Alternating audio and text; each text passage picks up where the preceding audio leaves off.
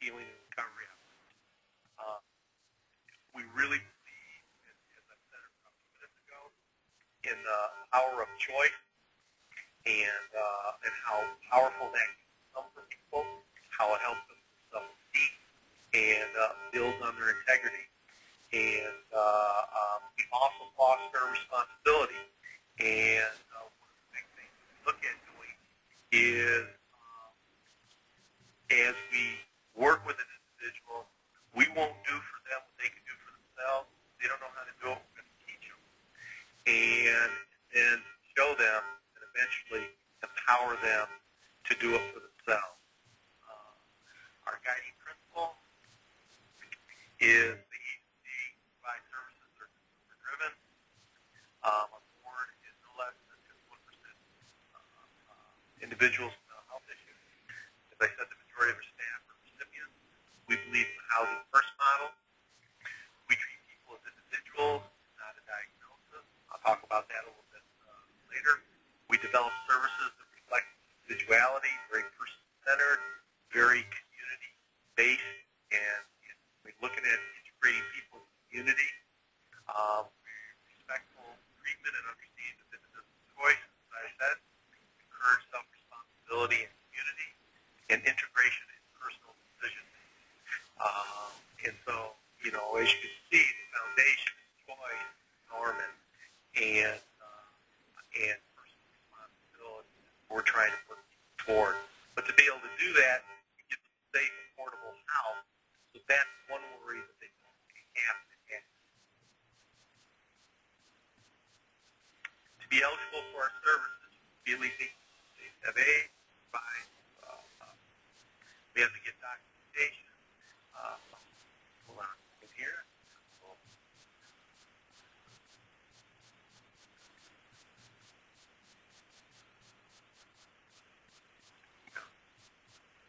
Provide documentation of income status, have a primary psychiatric diagnosis, functionally disabled, at least 3 of the following areas of care, social functioning activities, disability, self-correction, and those are the funding documents that we got. What makes us unique? Nearly all of our staff support our mental health care. We've got 20 years of housing and care work experience. We work with individuals and families. What Tony mentioned earlier regarding the research work that's done was based on families, and right now we've got about 54 families that are currently in our program.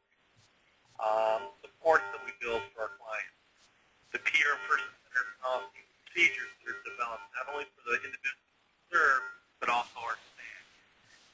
I believe that makes us unique empowerment choice that we give to the people that we work with.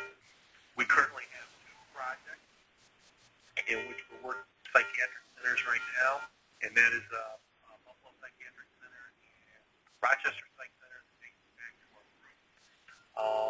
Taking people straight from the hospital, putting them in supportive housing, and these are individuals that have been in the psychiatric center for a year, and our success rate with those individuals is equivalent to the normal referrals that we get from the program in a little bit. We have 3 different training programs that I'll talk about. Multi-county involvement, urban and rural, and very, very rural. And the fact is that I deal with 8 governmental funding sources. You look at 6 counties, the state, and the federal government. And the fact that everything we do includes community integration. What we do, supportive housing, we have peer advocacy services, we have long-term care services, and those are individuals that have been in the psych center. We mentor, support other peer practitioners. We've got experience in that, and that is not just becoming a statewide venture now. It's starting a little bit more on a national forefront. Let me get back to that. We have advocacy training, self-help support groups, community empowerment again. We have a friendship line that receives approximately 5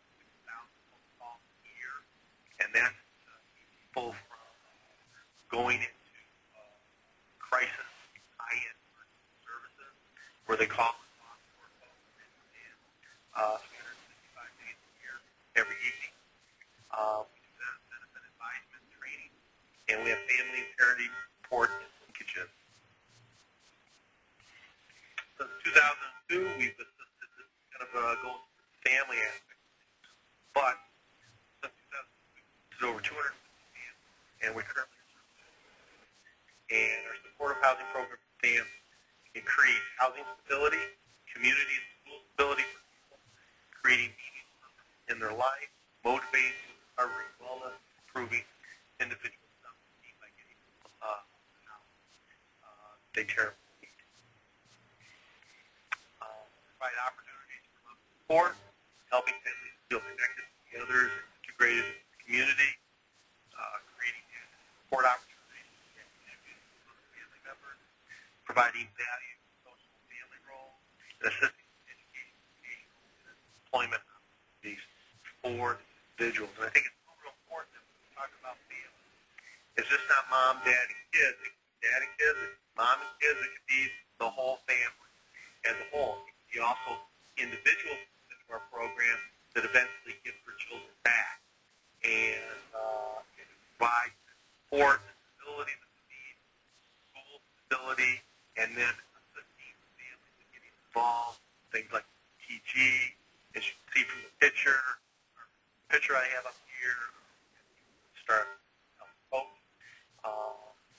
and just get people involved and gain stability so that they can get their lives back together. We work with families on housing founders areas. And this could be, let me see here, this could be also geared towards individuals, but avoiding treatment because of fear of loss of custody is a big issue. It's an issue throughout New York State. There's a lot of discussion about that.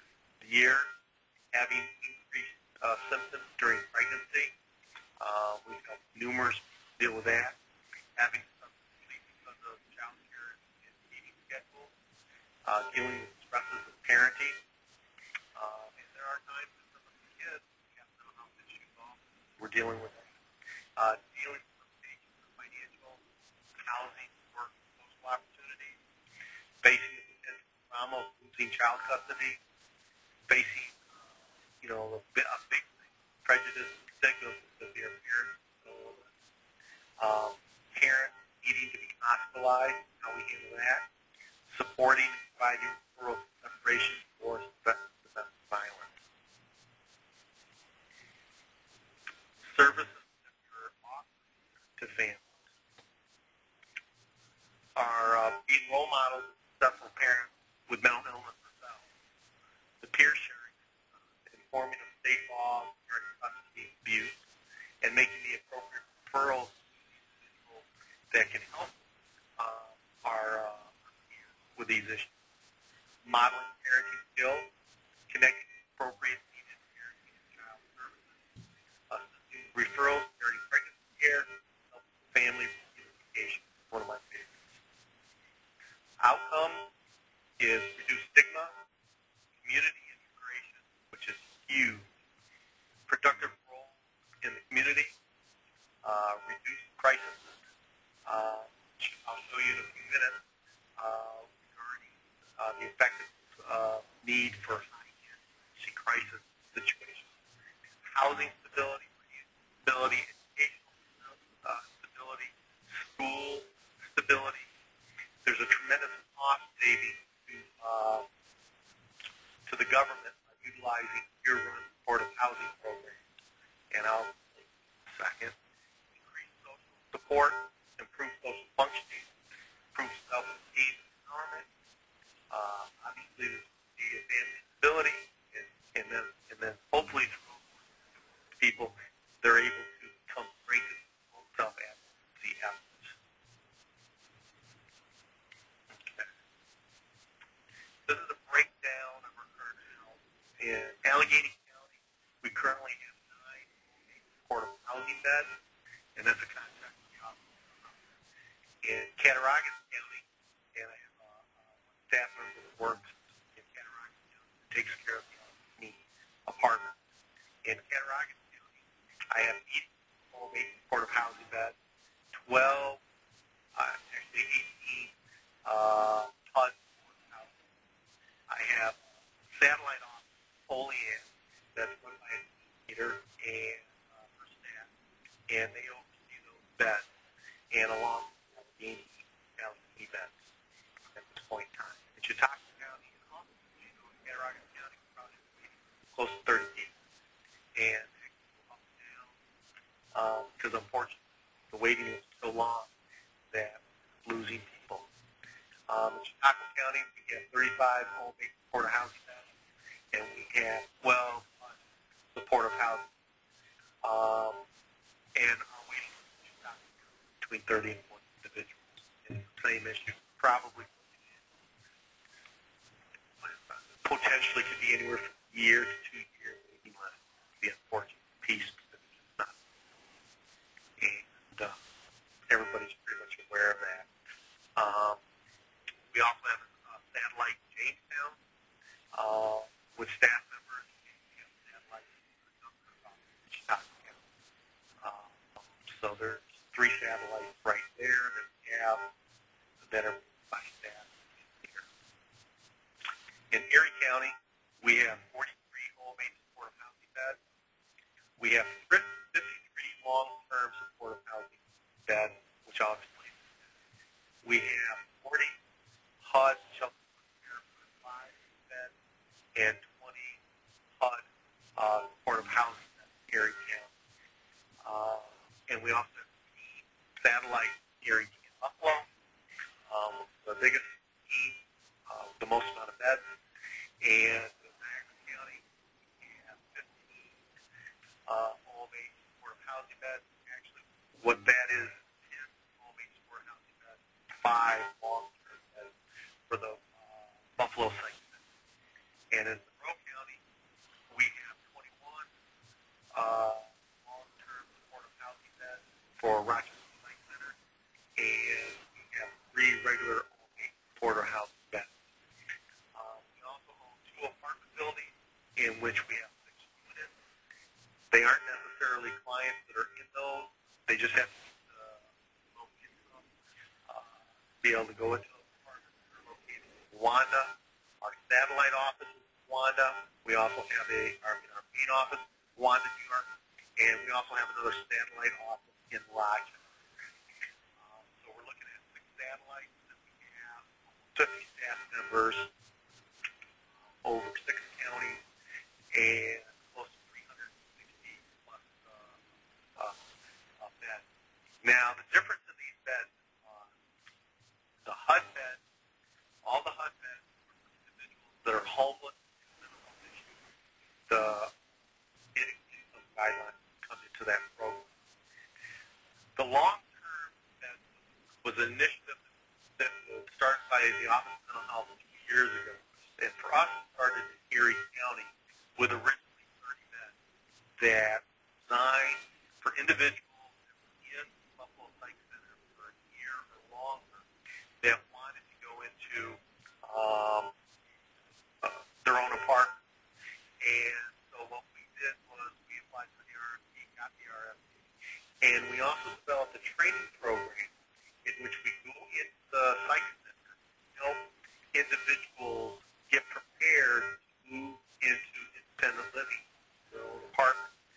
And since the original 30 has gone up to 53 beds, we've got that about 80% filled at this point. That is the only program in which I lease apartments, and I lease 2 transitional apartments. And the reason that's so important is that there's some people that are in the Psych Centers for a long period of time that have not been out on their own. And so for individuals that may be apprehensive, hesitant, unsure, and question whether they have the ability to move out on their own, we lease these transitional beds for individuals to go. They can stay for a day. They can stay for a weekend. They can stay for a week. They can stay up to a month, up to 2 months. And what happens is they won't move their bed at the Psych Center, but they're evaluating whether they're wanting to move on to their own apartment. The interesting piece is very few of them have gone back into an ongoing state, and most of them have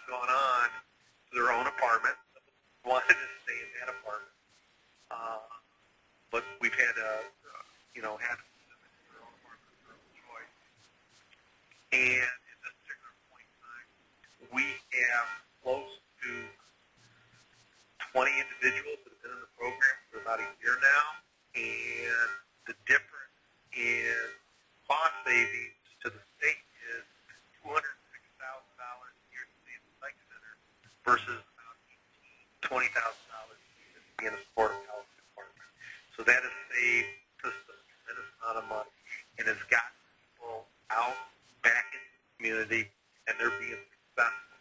Matter of fact, most of those individuals that I'm talking about right now no longer need intensive case management, which is another cost saving, and less dependency on the system because they're becoming more dependent on the community. And that is the same thing with Rochester. We've got approximately 14 people in that program. Two of the 3 supportive housing beds are filled, but 21 original long-term beds, we have 14 individuals are filled, and that's barely a year old. We have a few people that have been in there over a year, and the difference in costing it is about $18,000 for a supportive housing bed versus individuals to begin. And, you know, the other thing, too, is that what I want to mention is that if, for a chance, somebody gets to go back into the site, we hold that apartment for 90 days so that they can go back in, they can get what they need, and then it can be a long-term stay for them, and then they can come right back out into their apartment. It's not a failure for them. They don't lose anything. Joe? Yep. Would you mind if we break here for questions? Yep, go for it. All right. Well, the first question is actually a comment. So it says, glad to hear you improve fathers.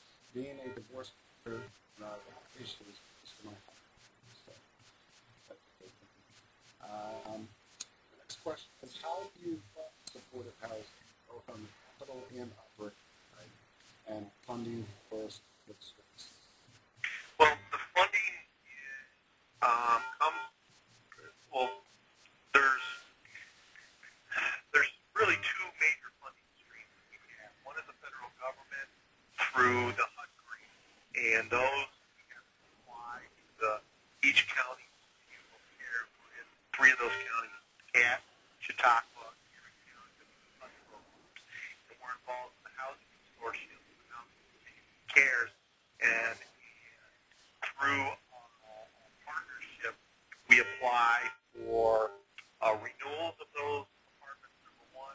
And number 2 is we apply for added apartments if the county or the state comes through with a match. And what that means is that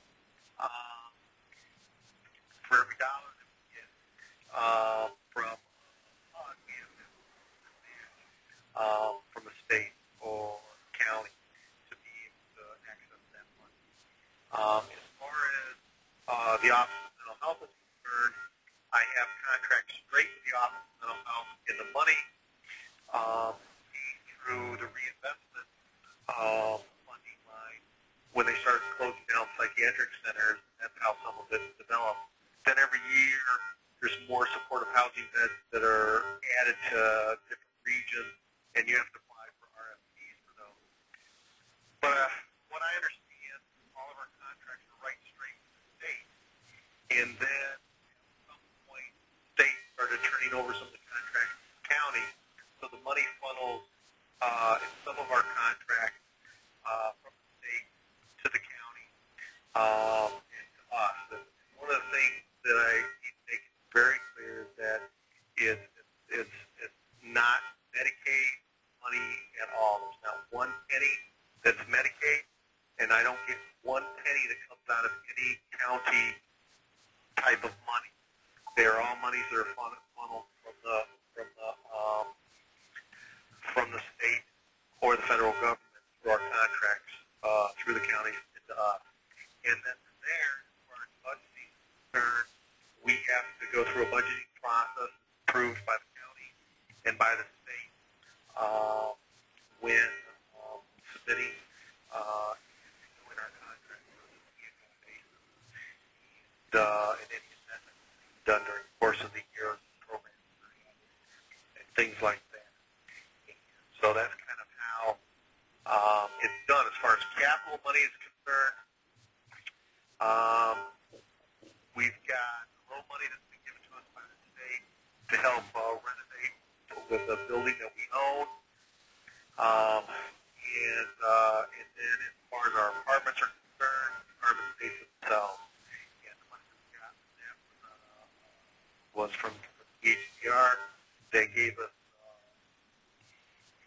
a low interest, low cost housing, so people have to have certain rental and financial guidelines to be able to go into this apartment. Okay. So, there's another question that's related to speaking about this organization. Do you own all of the apartment buildings? If not, can you please talk about how you're a landlord? And do you provide any training programs on mental illness, diagnosis? That's the great thing about our agencies. I don't own any apartments outside of the six that I talked about. Everything is through landlords within the community. How would we recruit landlords? Right now, really it's word of mouth.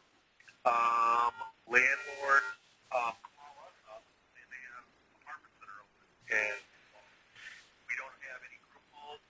We don't house people in like one big, huge apartment building. They are scattered site apartments throughout the county. And it's where people want to go. So if somebody's referred to us and they say they want to live in southern Erie County, then we look for apartments in those areas. Now, I've got references that we use from other landlords. Answer your question, yes. We help inform the landlord of people that we serve, about diagnosis, what we're trying to do. And frankly, I don't have a whole lot of problems with landlords. Every so often we do, but we have landlord based in every county that love to work with us. And there's some landlords that we choose not to work with because they don't treat our people very well. They don't fix their apartments when they need to be, which I can get into here, is that all apartment needs must meet high requirements and Section 8 requirements. And there's a couple reasons for that. First one being, if somebody gets called up on Section 8 and they really love their apartment, they're not going to have to move. And we don't want them to move if they don't. And they end up in those apartments. We also have which is kind of something that when I first started here, went out and looked at where some of our people were living, is our staff will not put anybody into an apartment that they wouldn't feel comfortable putting in. And so the apartments are very nice, very clean, very safe, and affordable. And we give individuals anywhere between 3 and 5 choices of apartments when they go out looking for one that they want. But it's all based on the area that they want to live in.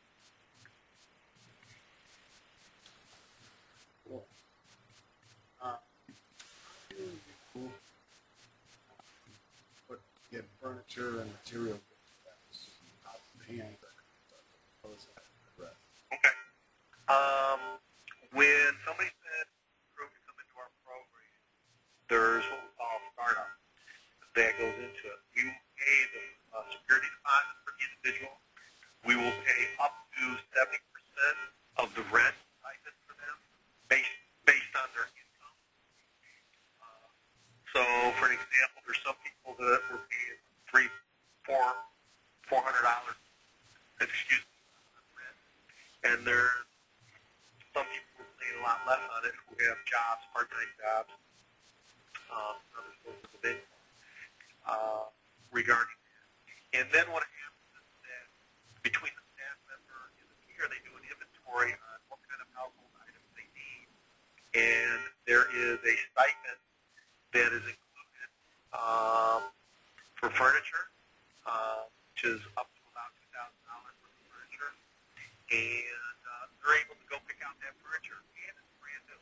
It's not used furniture to use furniture. It's brand new furniture.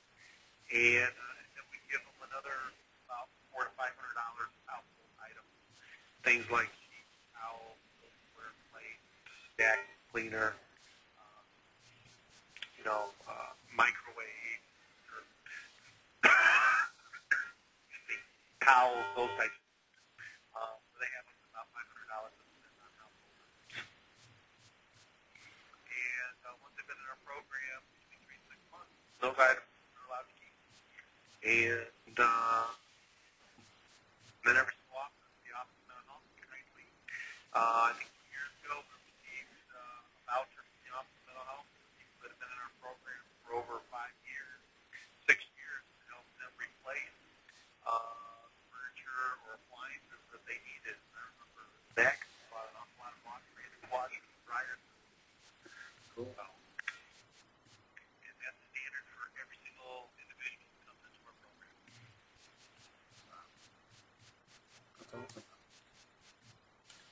A couple other questions here. Where do you go for global RFPs for housing? Currently, we're in such a good position that I usually call regarding when are available. But I have a grant writer that's on staff, consultant, and she, on a weekly basis, along with myself, checks the OMA website and also checks a lot of federal websites like SAMHSA's website and HUD's website to see what's out there, what's available, and like right now, all the renewals and the HUD applications are due, I think, June 30th, and we just got done doing two major RFPs with SAMHSA that was due the 30th of May. One with the office, we did one with the and that's where we research them, and that's what I pay a consultant along with myself and a few other staff.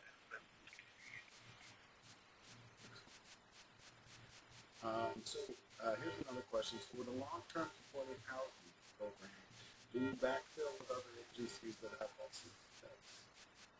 Yeah, that just started last year where individuals didn't stay in SRO. They had spent a year in or longer in the psych center. That individual would be eligible to move to that person would be eligible to come into our supportive housing program, and then the psych center can backfill in on an individual into the SRO. So they can do that, and we've done that. I think.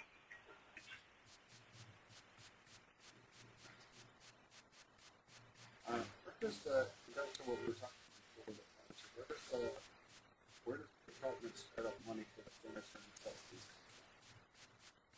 It comes out of the grants that we got, budget. Okay. It's budgeted for. Okay. Do you have any difficulty finding housing for individuals with a criminal history or those who have been repeatedly evicted from previous housing? A lot of us co-occurring substance abuse disorders which can draw to the attention of the authorities or so how do you address it? Well, we've got landlords that have worked with some of our difficult referrals, I guess is the best way to put it. So we have people that are very versed in that. You know, to answer that question, yes and no. I mean, there have been times it's been very difficult to place certain individuals that have had very extensive criminal history that have drawn certain attention. And what's that? I'm assuming but have you ever people with person history? Minimal arson history.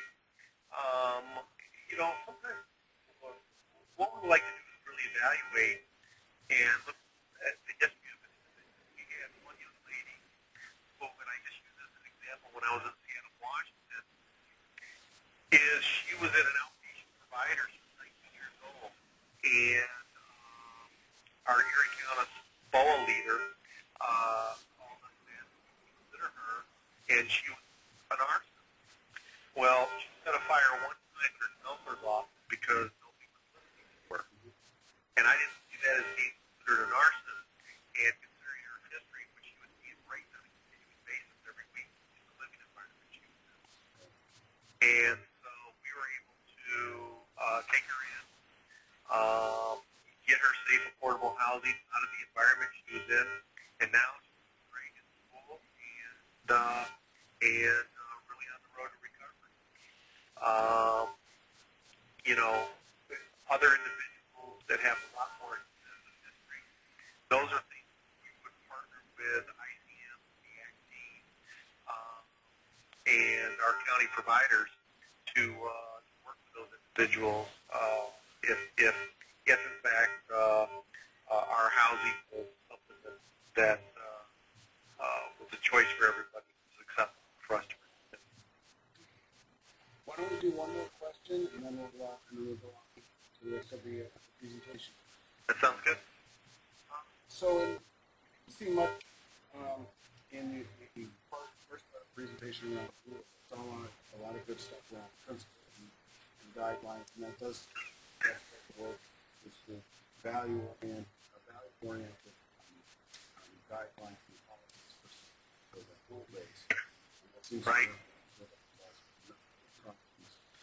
Do you have any rules in place with regards to things like, monthly apartments, people not taking care of the apartments, and that kind of stuff?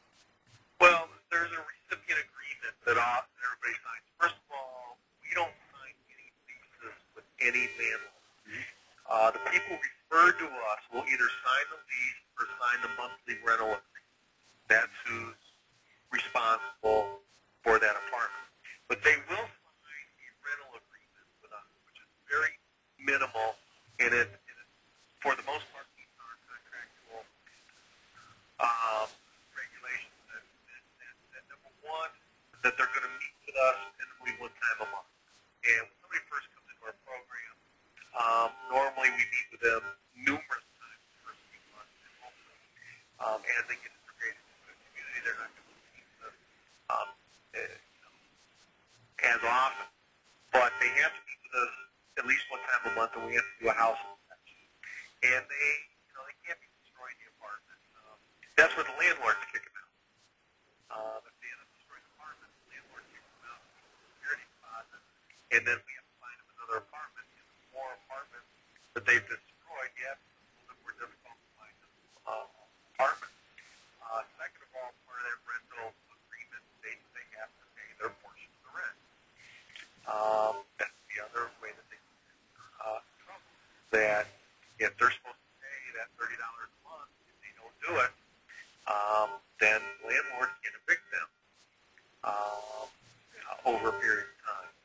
And so they have to follow that. Also, breaking the law. However, we've had individuals that have gone to jail, and it's been for nonviolent crime, and we've held their apartment for 90 days. They weren't going to be in jail for anything longer than that. They were able to come back into their apartment. And then they, like I said, going into and then they have to be working on some sort of recovery program. And part of our contracting is that people need to be working towards some sort of employment, educational, vocational goals, or doing some recovery-oriented stuff. So our peers really encourage people to start doing something in their lives. Do we have people that are utilizing drugs? Yep. Are they drinking? Possibly shouldn't be drinking as much as they are. Our job is to encourage them to work recovery-oriented programs and to get them the programs that they want, support those efforts. But we allow clinicians to do what they're supposed to do. That's not our job. Our job is to house them and try to keep them housed. So the rules are there, but they're not minimal, and also being non-licensed gives us a lot of flexibility. That sounds like, as you said, don't put it to the basis or label, label not necessarily delve into the circumstances. Determine the person, the diagnosis. Oh, absolutely. Absolutely. And it takes myself, and my history of, let's say 30 years ago, you wouldn't want to have I think there are points in even those, even if they're known, but they don't have I think there are influences that if we just took one snapshot and judged from that in time back the document pick up more time, get a lot of knowledge. A lot of things that people that was brought up every time they tried to advance themselves in life and get that a hard time getting it. I think we have some things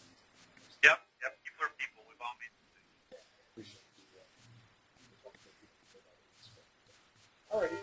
I'm going to move my line and let you take over. Thanks. Okay, thanks, Tony. Okay, as far as our peer training programs are concerned, we currently have three, and there's three different levels. One is our peer advocacy training program. Actually, the first one is on the screen is our peer advocacy training college-based peer specialist training program. Or we have our peer advocacy training program. Slow down. College-based peer specialist training program and our long-term care transitional training program. Our peer advocacy training program, we have a paid training coordinator who goes to all of our counties and provides peer advocacy and empowerment training.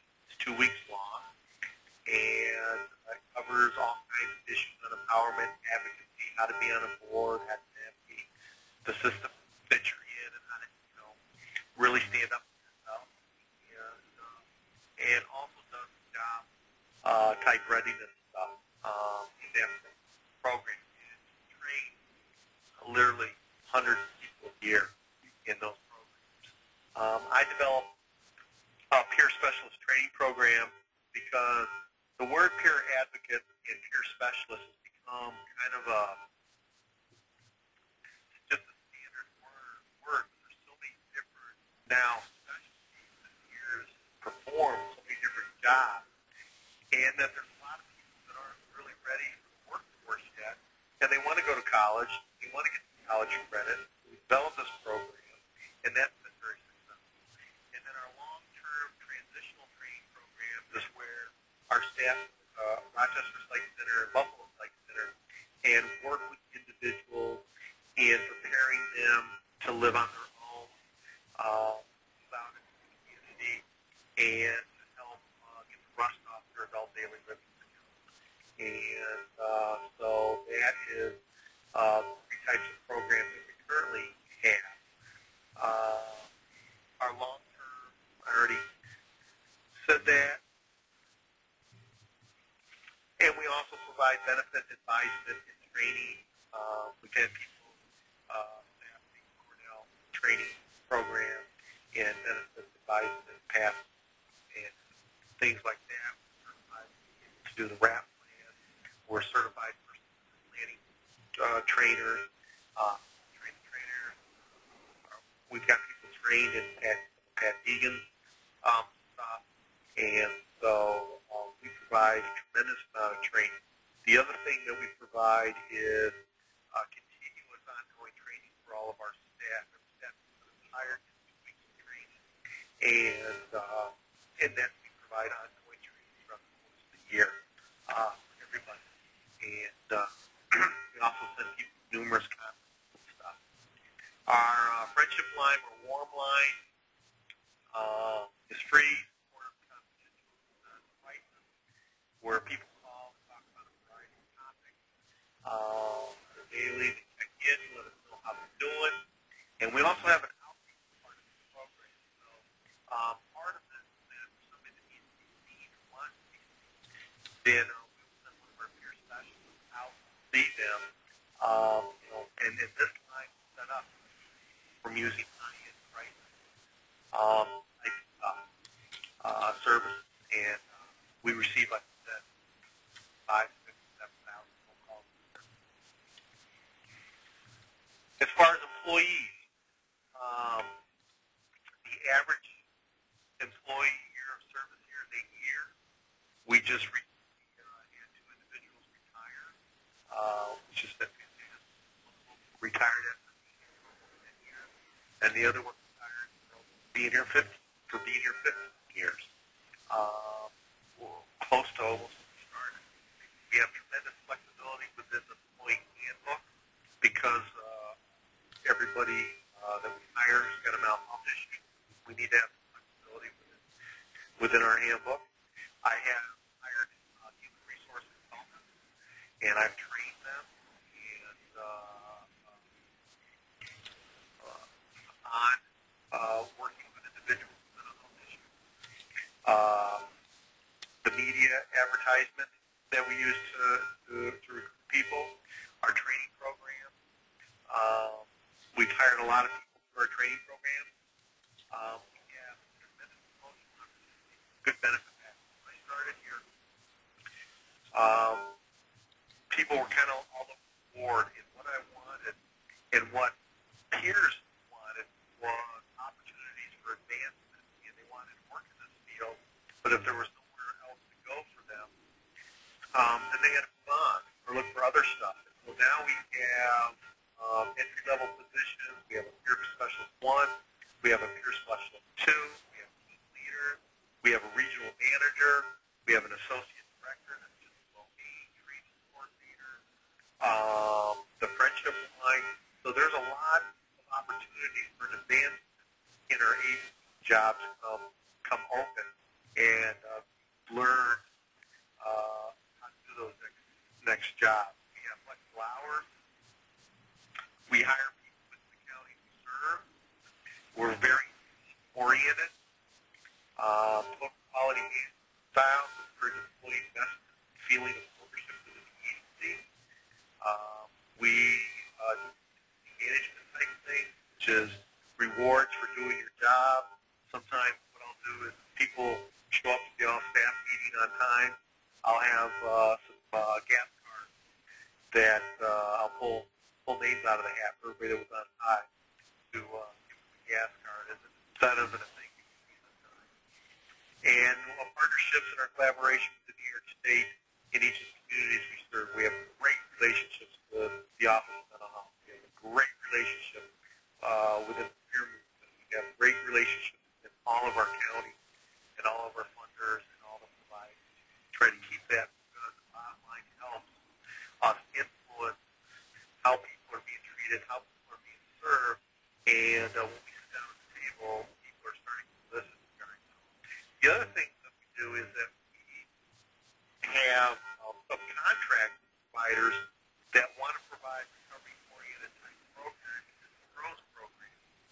And so what we do is we hire, mentor, train, and supervise the staff to go work in these PROS programs, yet they're still connected to the peer movement, connected to us, and it provides jobs for individuals, and it helps the provider dealing with stigma issues, recovery-oriented issues, and it's just been something that's just wonderful relationship that we've had with the providers, with 2 different providers that we're working with right now in some kind, in which we have 5 jobs, full-time jobs,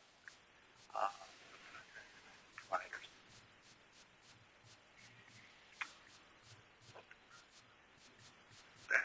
Okay, 2002, our recipients have reported 90% have reported less need for crisis intervention.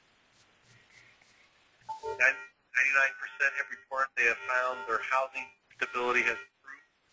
96% report that their ability to live more steadily has improved. 94% indicate improvement in daily living skills. 90% reported an improvement in social and personal relationships. And that's on our website. You can see that. We do this type of survey every year, and we collect this information and we're working on trying to really validate the information we're collecting to make it better for the funders. Some service delivery tips. Number 1, what we can do to build strong peer-run agency that empower those we serve. Number 1 is include everybody in the program plan implementation and leave people out. No person-centered saying nothing about. Involve individuals in identifying and developing curriculum for staff training. Part of the survey. Point.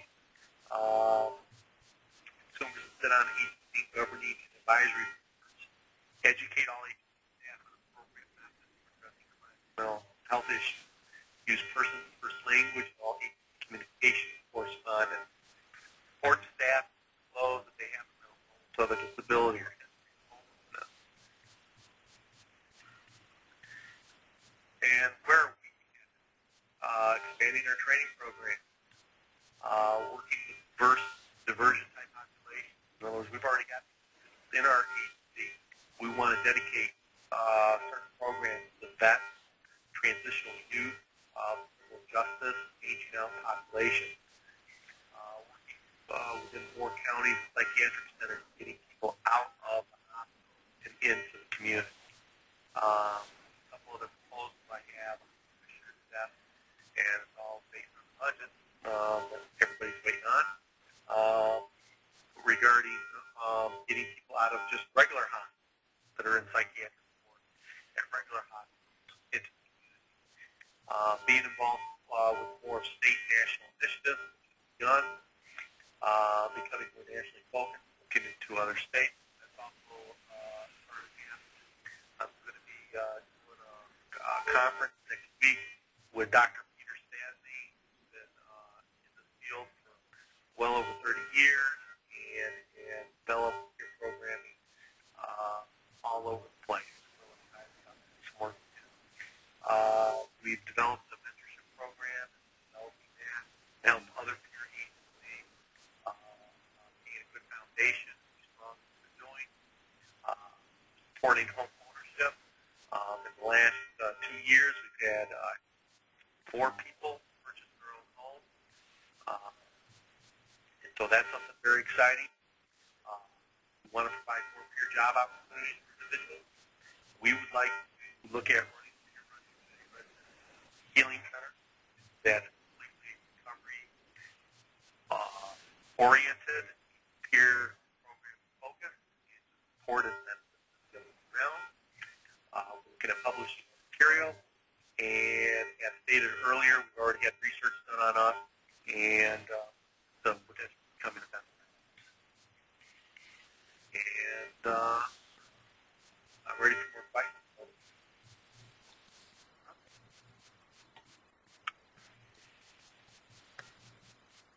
How was you interested in joining your peer structures advocate programs?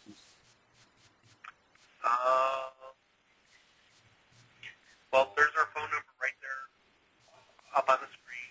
There's my email address. And if you send me that, then I will forward you on Laura Bentley. Let me see if she's been on here. Yep, right there. That's who you need to talk to, is Laura. She's our training coordinator. So if you're interested now, we do go outside of our county to do training, but we're not funded to do that. But we work out very reasonable rates for Laura to go outside of the counties that we're funded to provide training. I have a question in regards to Tompkins County. Do you do anything in Tompkins County? No, haven't done anything.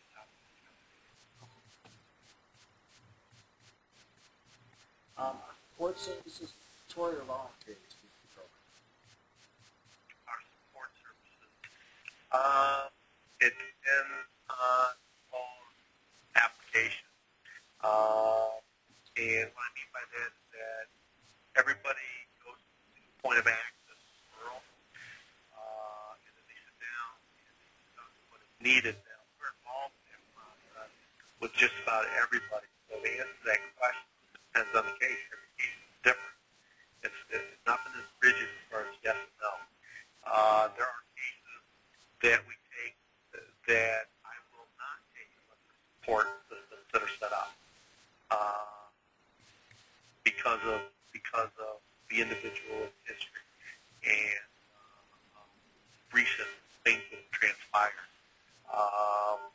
However, there are other individuals that we will take and don't necessarily support them. And that's how you got to look at it. How do you keep track of the agencies that have supportive housing departments, compliance with delivering the students? I'm not quite sure. That's clear. Well, I only really keep track of what we're supposed to do from a contractual standpoint. We do that through different databases, surveys, and obviously reports and all reports that I, the administration, to fulfill our contractual obligations. And folks have more questions, please feel free to just come in.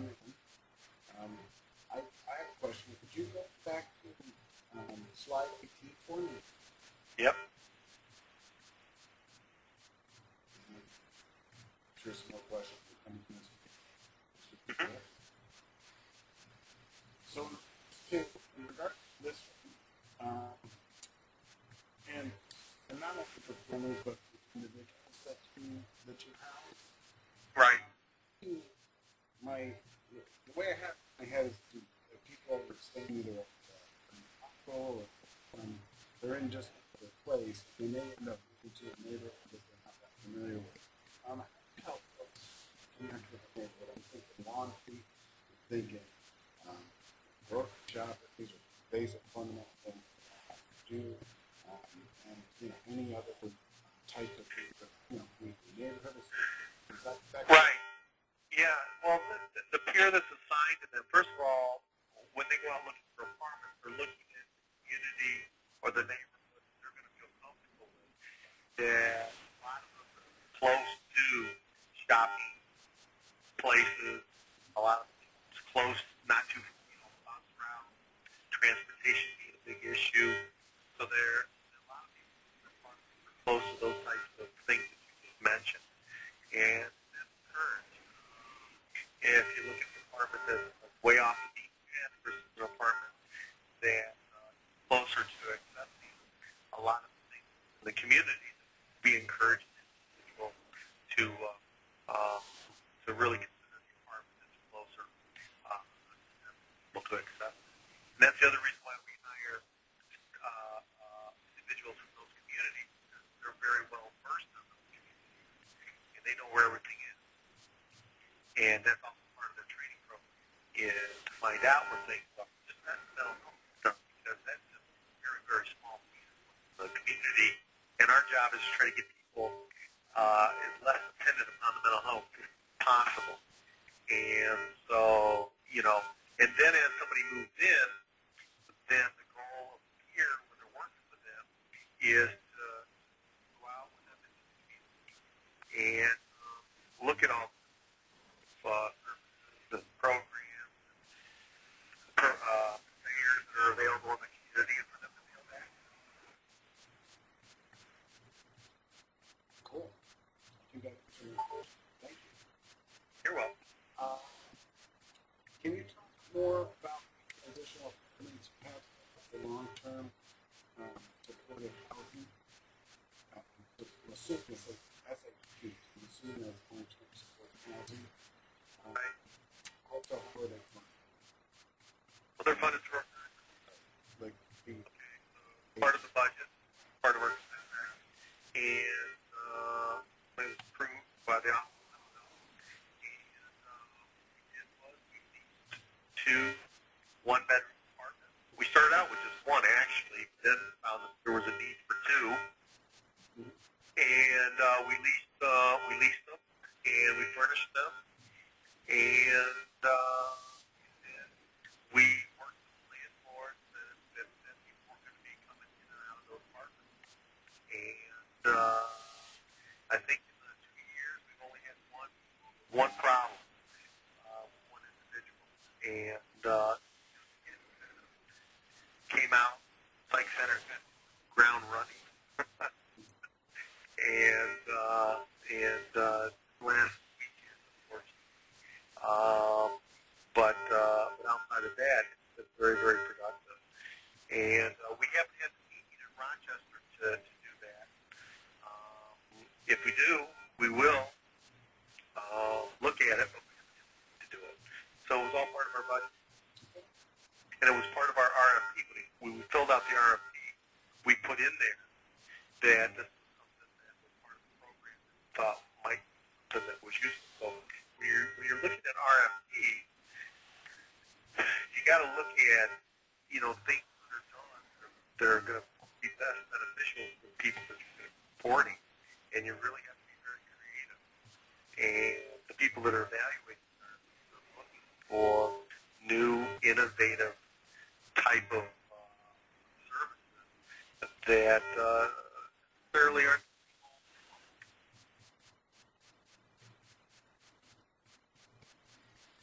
all right. Are the individuals who work with the friendship line paid employees?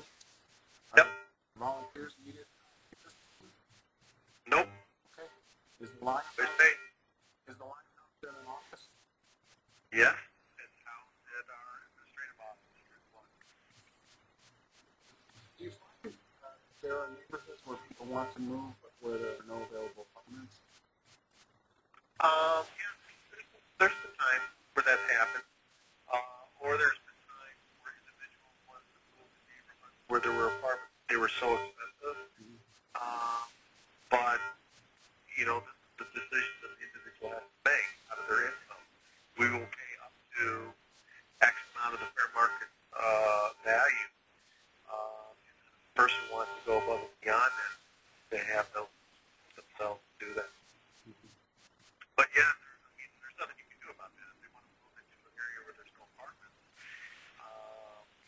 you know, then we have to try to find the best thing.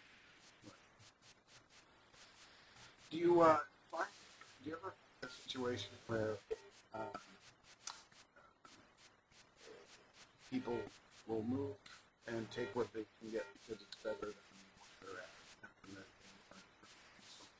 So for instance, let's say I'm homeless, and you know, or from a community residence or something like that. Just, I mean, anything is better than that situation. I'll just take it personally comments, but you know, it's not my idea. If I want to move into another place, you know what I'm saying? Where people sort of think town is better than what so I brought into something, and it's not the best decision. Right. Right. Again, we take our time with individuals and try to give them choice. Apartments they move in. Try not to rush anybody into moving to that thing that's not going to help them. So let's say I'm rushing it. You're rushing it? So you're a client. Right. And I don't care what neighborhood it's in. Well, we're still going to try to work with you and try to find a place that because, you know, we don't want to move and 2 months later. Right. So we're going to try to find a place that's going to be suitable for you right now. Go. And we're going to work with you on your patients. Okay. Thank you. Do you always single apartments or do you have roommates situations? There are roommates. But again, their income comes into play. Okay. In what way? Well, we have to take what they're making and calculate that into what our rental is going to be, because they'll be, you know, if they have income coming in, then they're going to need to pay closer to rent, just like the real world. Mm-hmm. So in a situation where you have roommates, does that afford them greater flexibility in the rent? So do they have an opportunity to combine their incomes, cities, or no? Yeah. You know, you're looking at probably from a 1-bedroom to a 2-bedroom apartment. So their value is go up $100.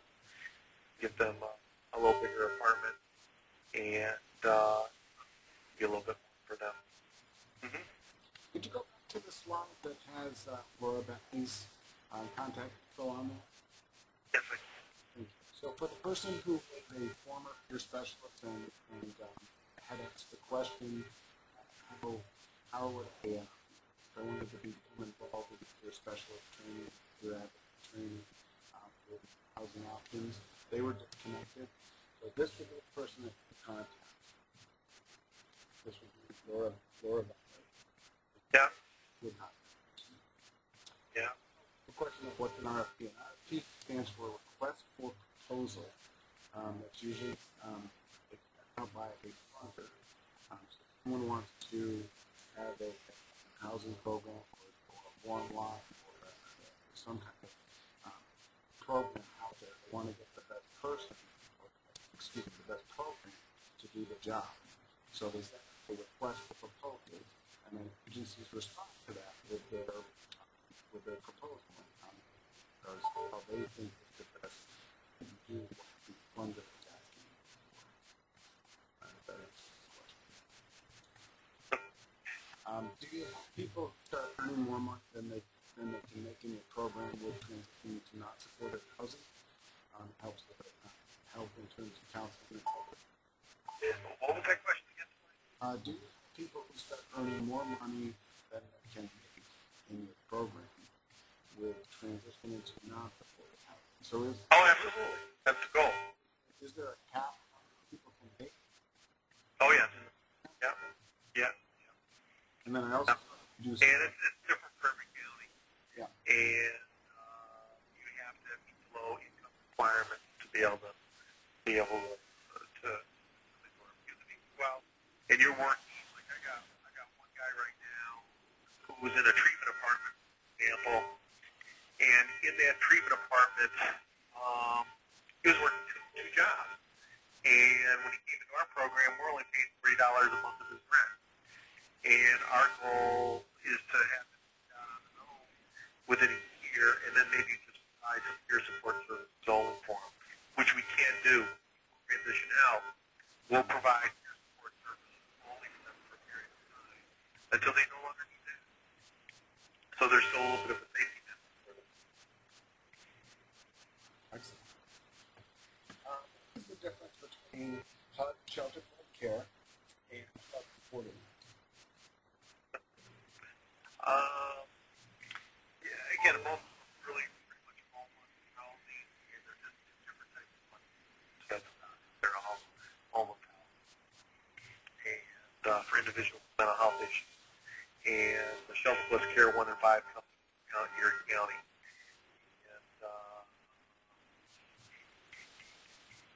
and they're just two different federal funds.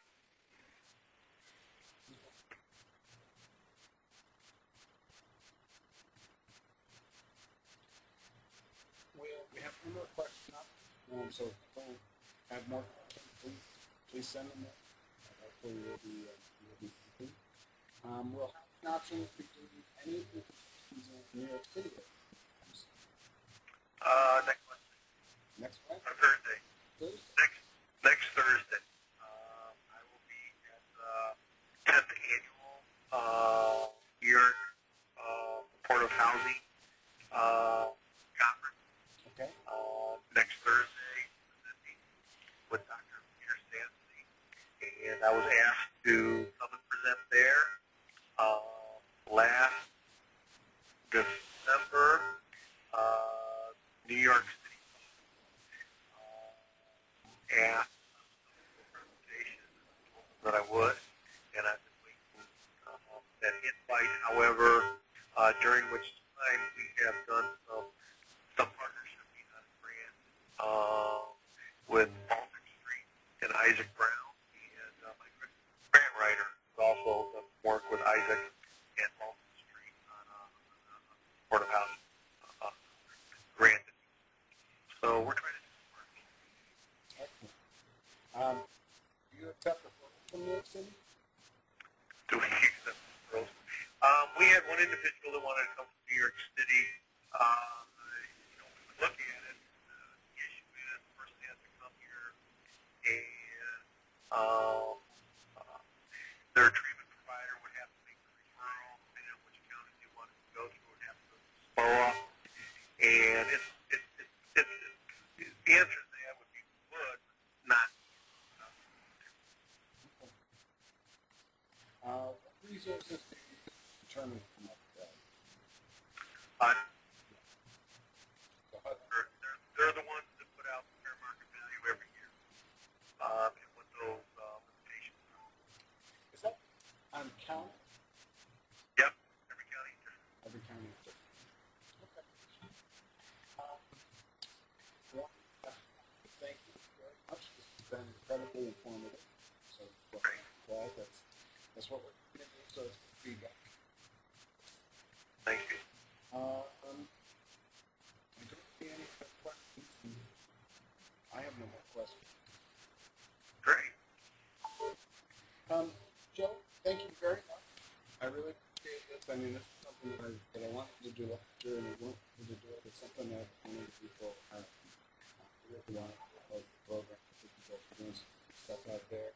I think, again, it shows the power of peers can do and what we can bring to the table in regards to running these types of programs. So, I'm not in that way, but traditional providers, some great providers on the others that don't really understand some of the nuances and subtleties of what it means to smell problem. I just think it's great that you're doing that out there. Well, I appreciate it. Thank you. You could advance into the next slide for me, and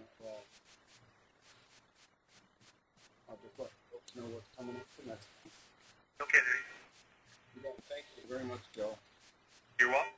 So, June 24th is a Thursday, I believe, so back on Thursday next month. Our month will be Can We There Here? Coordinated transportation issues in your local community. So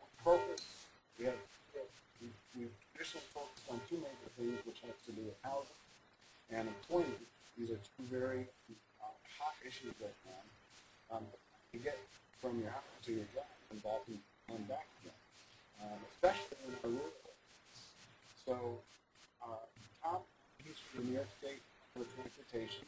He's also the chair of the most integrated Southern Coordinated Council's Transportation Committee. I sit on that committee as the transportation czar from the Foreign Nation. He's going to present to us on the federal funding that's available for programs in regards to 5310. That's the band that you see. The JART, which stands for Act and Reverse to Youth, and the New Freedom Transportation.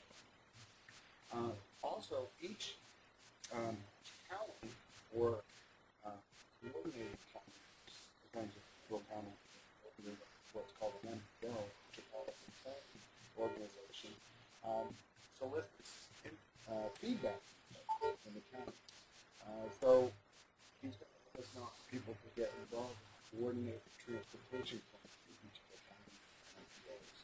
And I think this is going to be a very helpful thing for folks. Transportation is something that we've been pushing around. We're trying to get more information out there to folks. So there is some funding available. This is funding from the here. And there is an opportunity for folks to get involved locally to express what they're doing. So I'm hoping that people come to that and also share that information with whomever you want. There's plenty of them. So thank you very much, everyone. Again, I just want to remind you, will be a brief survey and that if you want a certificate, you will need to just fill that out for us and let us know where to send it. And excuse me, if you have several people in your group, in your room that use this, you will let us know who attended so we can send certificates to all of them. And then also, just give us some feedback so we can make these better. We plan on continuing this next year, and we've got the rest of this year all filled up with presenters. Again, next month, June 25th webinar. Unfortunately, we will not have sound available through the computer speakers. It will be exclusively through the telephone. But hopefully we will be back on track with the computer speakers. All right, take care now. Thank you very much, everyone. Thank you again, Joe. Bye-bye. Well, thanks, Tony. Bye-bye.